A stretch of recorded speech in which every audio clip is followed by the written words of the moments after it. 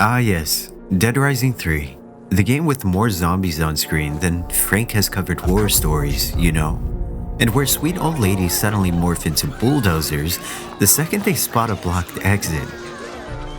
Of all the first 3 Dead Rising games, the third one is hands down my favorite. Not necessarily for the story, but the gameplay. One of the biggest hurdles from the previous 2 was the inability to sprint. The long and tedious sounds of shuffling fabric and feet slapping against the pavement floor all felt too slow. And I know, I can ride a board, roll a carts, or even pound some mystical combo drinks just to boost the speed, but for the casual player like me, I just tolerated it. So, jumping into Dead Rising 3 for the very first time, I was pleasantly surprised to discover that my character can now sprint. Add an AI that's not actively trying to sabotage you, and well, it was clear that this game wanted to break the boundaries, while still staying true to its core. For me, this is where the series hit its stride, and ironically, where it also ended. Yep, this is probably the last Dead Rising title I'll be covering. But hey, if you're just joining in on this journey, don't worry. You can expect a wide variety of horror titles in a similar style but improved. Just be sure to like, subscribe, and comment down below so you don't miss out, and let me know where our horror adventures should take us to next. Alright, so to catch everyone up to speed, Dead Rising 3 is set in 2021, a decade after the Fortune City crisis and 15 years after the initial Willamette Mall outbreak. Hey, remember that scene in the first game when Frank discovered the truth behind the outbreak and found a whole list of kids on Carlito's computer? Oh my god. You know, the one where Carlito planned on smuggling orphans infected with that parasitic worm from Beetlejuice with the intentions to spread the zombie parasite from within the US? Well, as it turns out, every one of those kids got stamped with a numbered neck tattoo, a sort of handle with care label for a ticking time bomb. One such walking time bomb is Nick Ramos, a gifted mechanic who can turn 2 cars into a functional tank using a little more duct tape than a dream. Blissfully unaware about his doomsday DNA and his connections to Carlito's plan, Nick is bitten during the Los Perdidos outbreak, but miraculously heals instead of turning, revealing a rare immunity that propels him into a pivotal role in the fight for survival. What kind of freak are you? But Nick's strange immunity isn't the only thing turning heads in Los Perdidos. In a classic Dead Rising fashion, the city looms with another kind of threat, one where the mental meltdowns of certain individuals make the zombies feel more like a burden than terrifying. And who exactly are these individuals? Yup, you guessed it, the Psychopaths. While the previous game featured colorful, eccentric bosses with their own unique backstories, this game changes up the thematic intensity by assigning each psychopath to one of the 7 deadly sins. That's me, okay? That's me! I'm the hero! I'm the one! Let's get a closer look at each one of these psychopaths and learn what happens when we let our sins define us.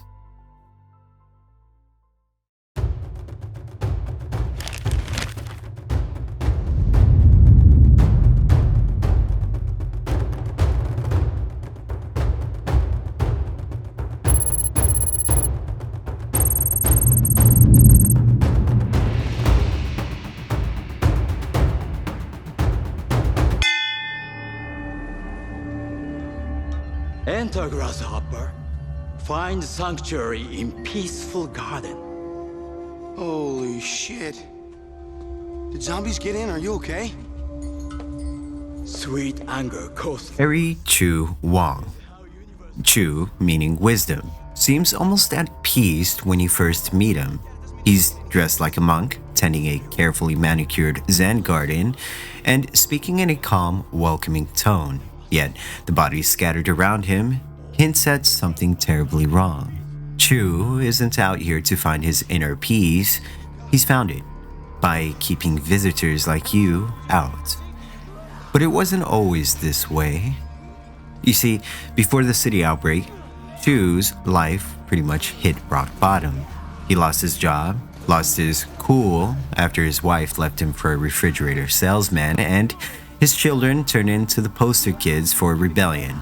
Day by day, his frustration grew until it hardened into pure wrath, the very sin he embodies. When Nick stumbles into Chu's garden, the calm facade slowly unfolds at the faintest annoyance. This is in full display when just one zombie casually creeps up and body slams into a gong. That's all it takes for Chu to take all that chi and turn it into pure chaos.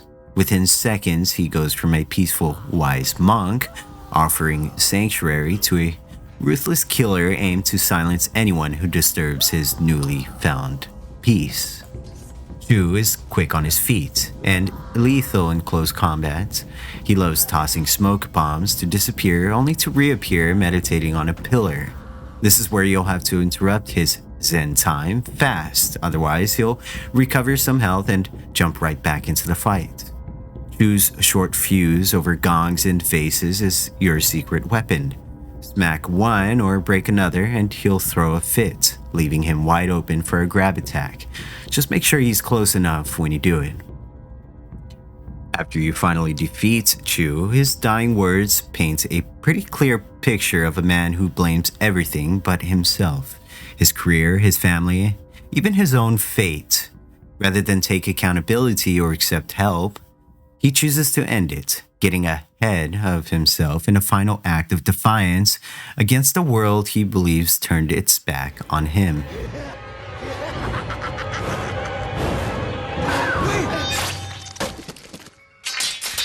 Oh, God. Oh.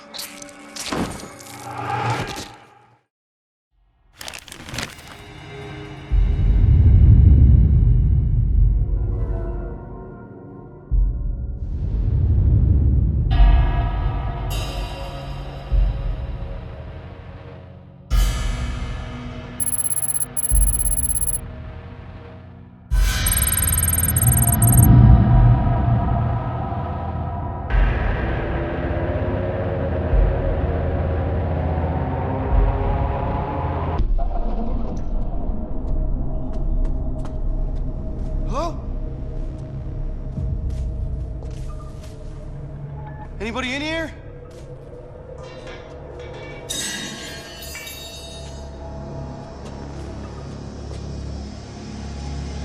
What the hell?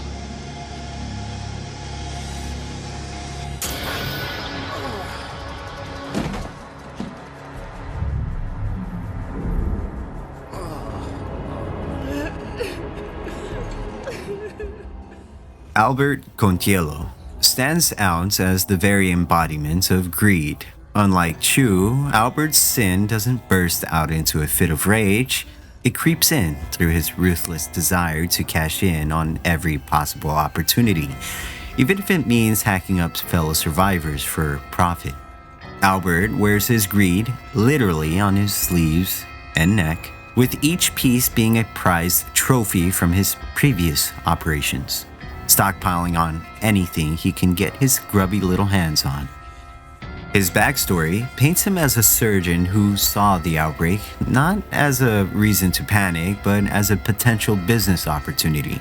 While most ran to safety, away from the zombies, Albert was running towards the survivors, maybe even pretending to help those in need of his experience, only to charge them an arm and a leg, and liver and heart. When Nick unexpectedly encounters Albert inside the Almuda Farm's cold storage, the scene is straight out of a horror movie, with Albert sneaking up and stabbing Nick with a syringe, injecting him with a drug that causes hallucinations. This trippy effect forces you into a battle with multiple Alberts, which are really just other survivors under the same influence. The room you disturbingly wake to is filled with nothing but surgical supplies and organ-filled coolers, which, by the way, are your best bet against Albert. The only way to really get to him is to use these organ coolers as projectiles. Every time one of those coolers break, he loses his cool. Saw what I did there? Once he finally defeats Albert, his end is met with the same hands, if that makes any sense. Nick injects Albert with the same drug he'd used on others, and started hallucinating zombies coming towards him. In a pathetic attempt to avoid being eaten, Albert begins to self-operate, showing us that he didn't have the guts to meet his end.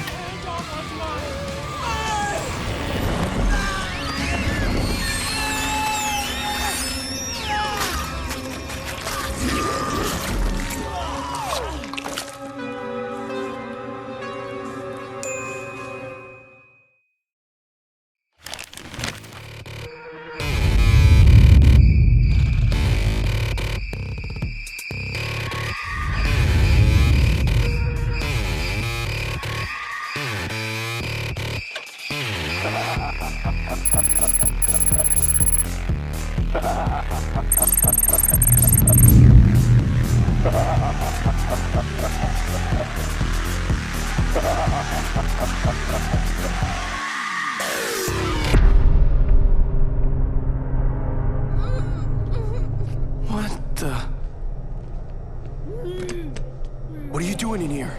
You alright? Do you need some help? Oh shit. It's okay. I'm not gonna hurt you.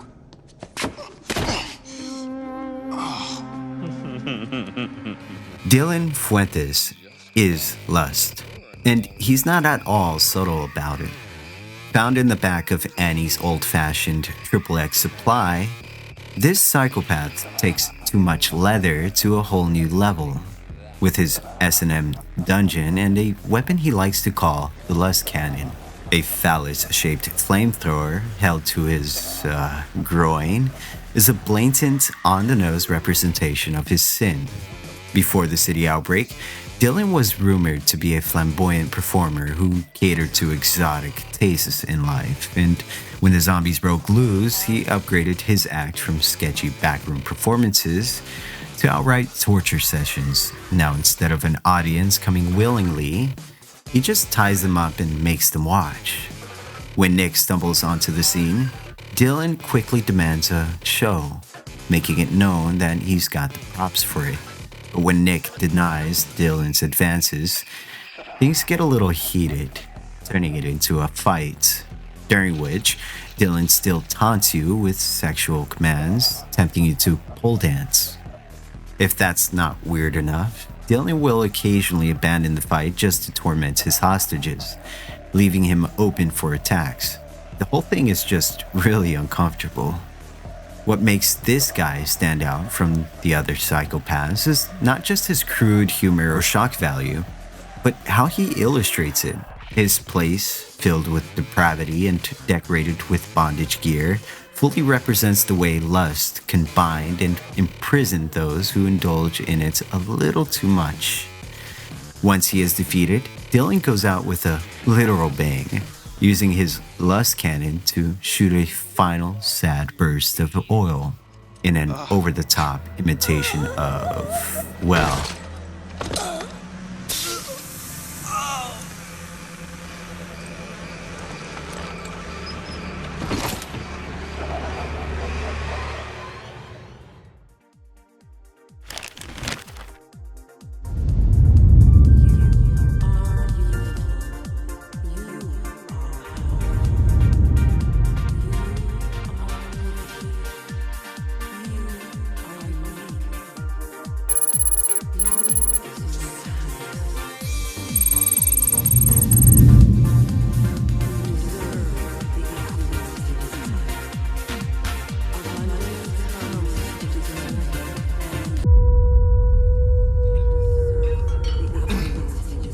That's what I'm talking about.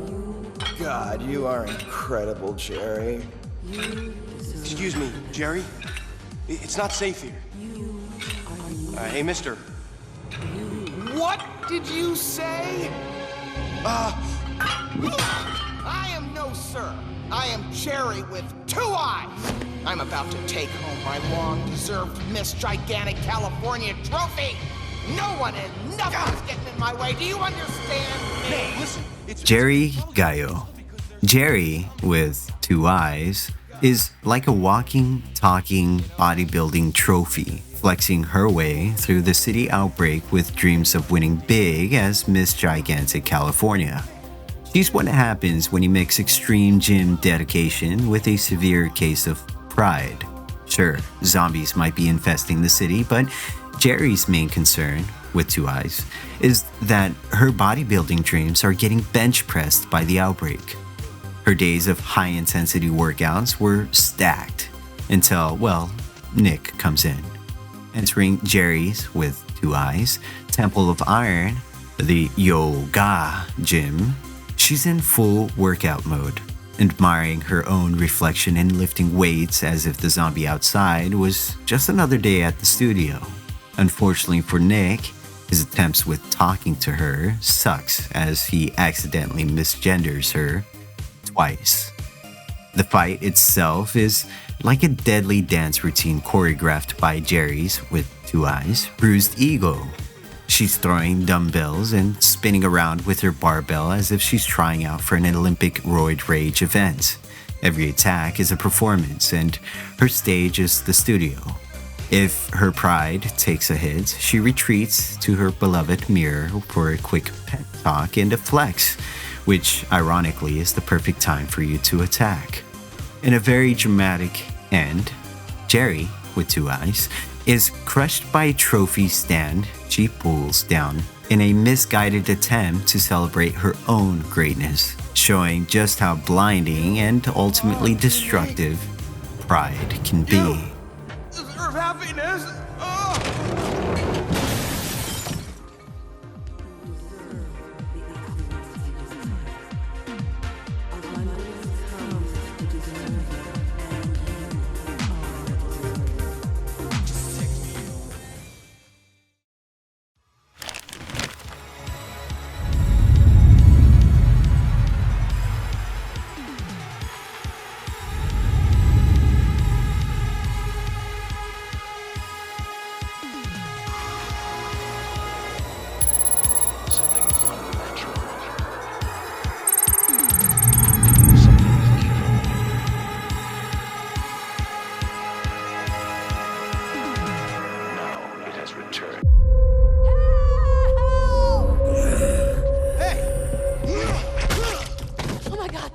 You all right? What do you think you're doing? Kenny? You're ruining everything! Please untie me. He's gonna get us all killed.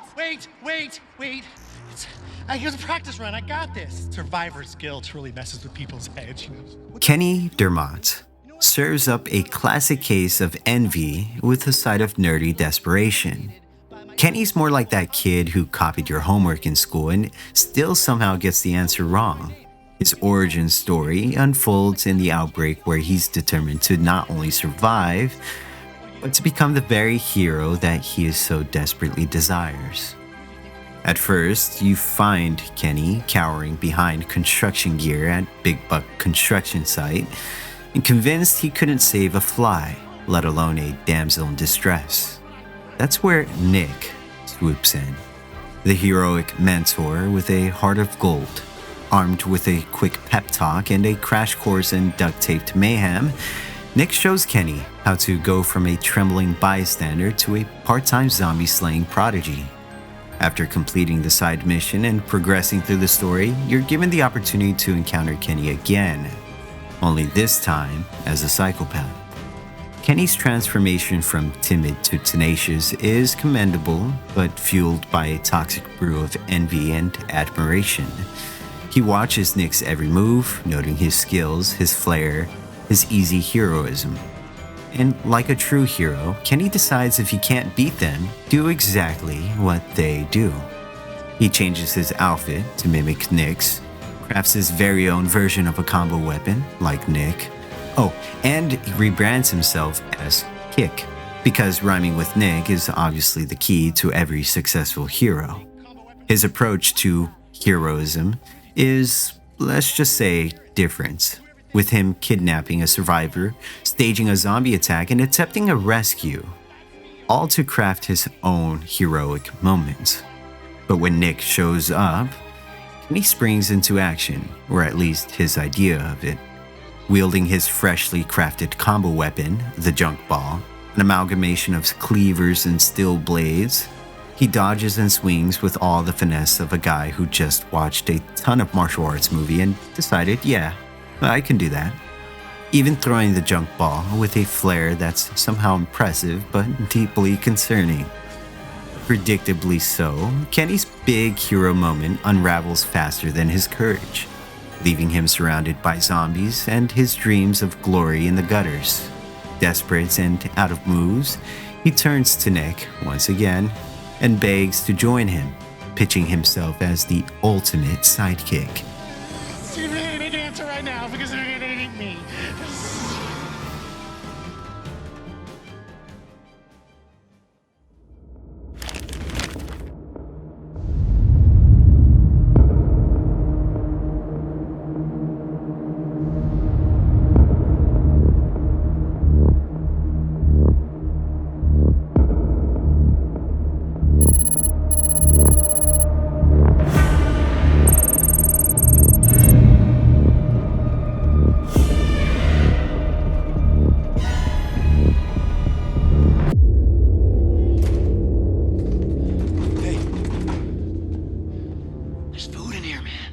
So quiet. Zombies? Worse.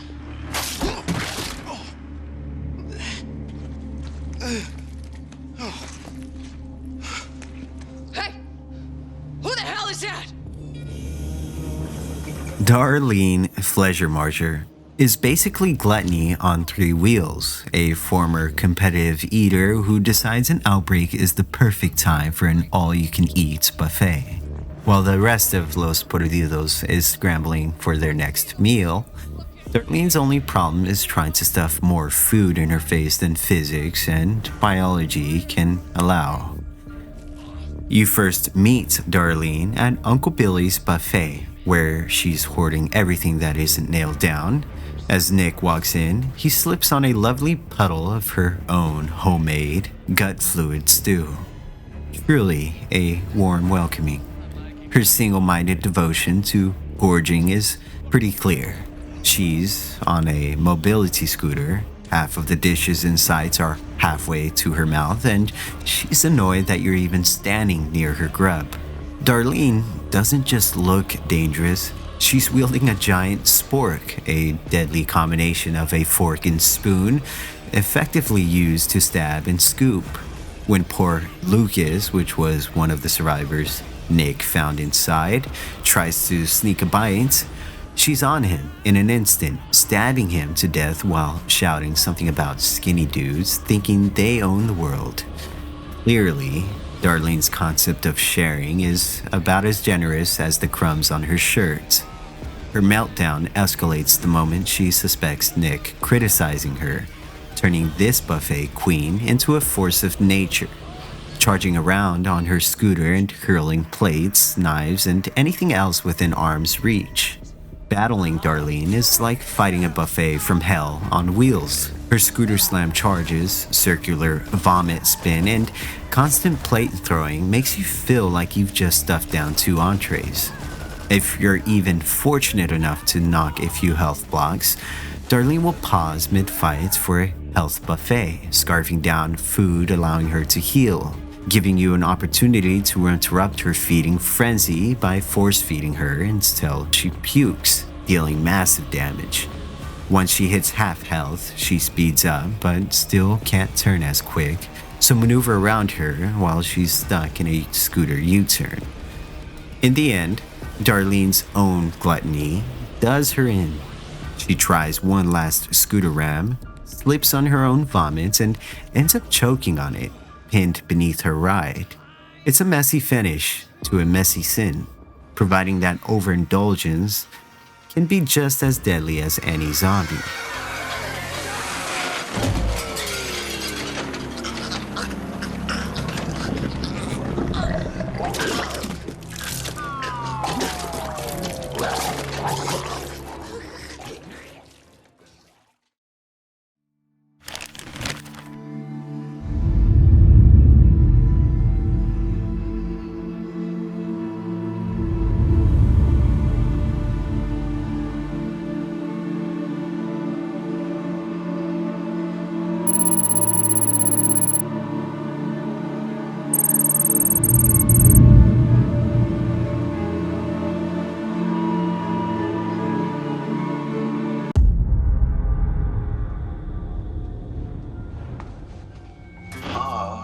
Finally, I've been calling the service for days. Service? Are you okay? Yeah, the help took off days ago. You're like super late. And I'm not okay? I need you to run down to the store and get me some batteries for the remotes and a bag of chips. Theodore Teddy Lagerfeld Jr. really takes the cake for embodying sloth, if he can just get up to get it. He's the mayor's spoiled son, holed up in his plush mansion, so obsessively gaming that the whole zombie outbreak flies right over his head. Yes, while Los Perdidos is busy getting torn to shreds, Teddy's biggest worry is that the batteries in his remote might die before he can finish his next dungeon run. When Nick shows up searching for the police armory key, pretty important in the end of the world kind of scenario, wouldn't you say?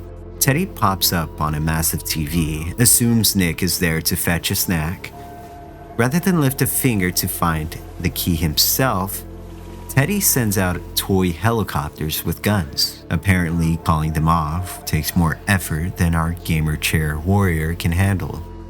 The mansion itself mirrors Teddy's excessive laziness and privilege, with zombies, flying toy drones, and the laziest overlord in history whining over the intercom. It really shows how chaotic the situation gets for you while he watches your journey through it. There are boxes to destroy, so you can cut the power to his drones. But if you lollygag, which I frustratingly did, the place floods with even more zombies and deadly toy choppers. After finally destroying the last power box, the door to his privileged little life opens.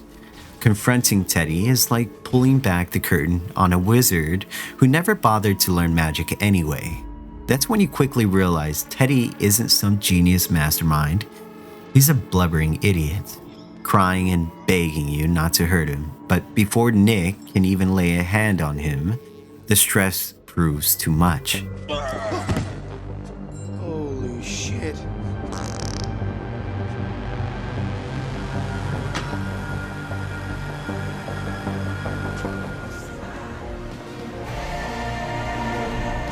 In Dead Rising 3, the psychopaths following the 7 deadly sins are exaggerated examples of human flaws pushed to absurd extremes by the outbreak.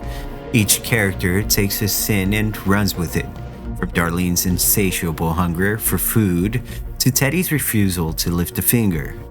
This approach to the series is a clever one, using dark humor with a bit of the social norms, showing us that these sins aren't just something you develop, but the very thing you become if you allow it.